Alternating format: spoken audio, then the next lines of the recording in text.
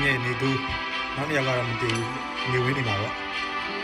အမအလင်းအောင်ပါတယ်တလား လေးအောင်ပေးလိုက်တော့ ဒီသူကဟိုပြောတယ်နေမှာပေါ့ဒီမြက်ကပန်းနေနေနဲ့ဆိုမရဘူးရေစာနဲ့မှရမှာဒီနေ့ထဲမှာလေနေဝင်းလေမေအားစကားတွေလေဒီဘက်ကရမာလေမြင့်နေလာလားအကားနဲ့ကောင်းတယ်ဒီလေဟုတ်တယ်စီစဉ်ကောင်းတယ်ကွာသူလည်းရတယ်နေပါပြီ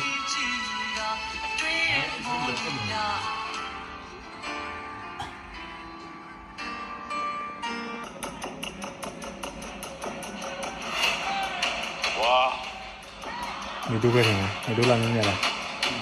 2025ခုနှစ်အတွက်အကောင်းဆုံးမျိုးသားဇက်ဆောင်စုနာမည်နှလုံး ဒီတော့မြင့်ကောလေမြင့် မြင့်မြတ်ဖြစ်ပါလေခင်ဗျာ